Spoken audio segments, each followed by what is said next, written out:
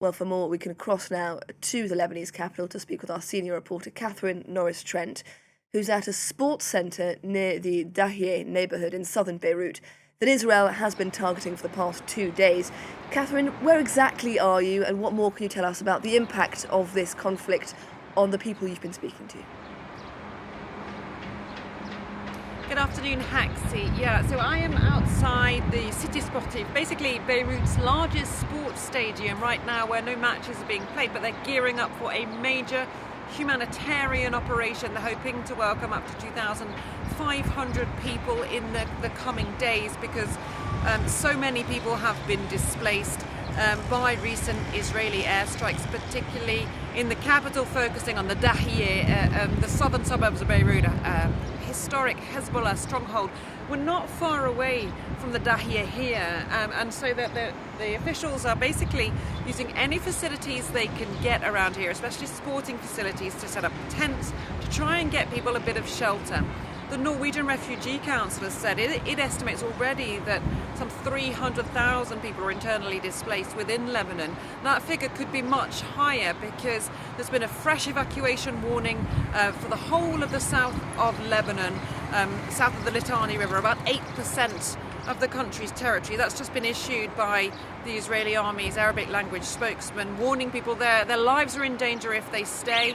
And of course, people from the southern suburbs have also been fleeing for their lives, and many of them have been sleeping out in the cold or in their cars because they simply can't afford the cost of an apartment or a hotel or somewhere to stay. So you've got humanitarian efforts like this being set up, the authorities and NGOs scrambling to respond to the scale of this humanitarian crisis, which is feared could only grow in the coming days and perhaps weeks.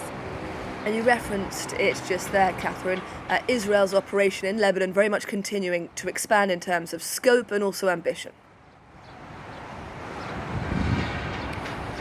Yeah, that's right. It was another deadly night overnight, especially in the east of Lebanon, around the Bekaa Valley. There was an Israeli commando operation and airstrikes which took place around the town of Nabi Sheet there in the Bekaa Valley. Now, what appears to have taken place is that it was an incursion by an Israeli commando backed up by airstrikes. It seemed that Israeli forces went in looking to recuperate the remains of an Israeli pilot who went missing in Israel in the 1980s, and they've been trying to get his body back ever since.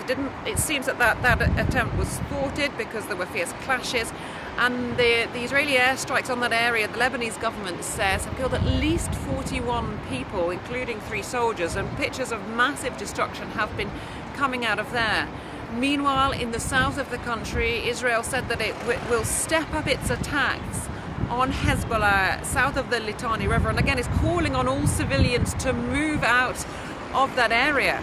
Hezbollah, meanwhile, for its part, has ordered evacuation warnings of its own, issued those evacuation warnings of its own for Kiryat Shimona and other places in the north of Israel. So it seems like they are signalling, despite the pressure from Israel, the military pressure, and despite calls from the Lebanese government to continue their attacks on Israel. So this is still a very fierce fight of fronting indeed.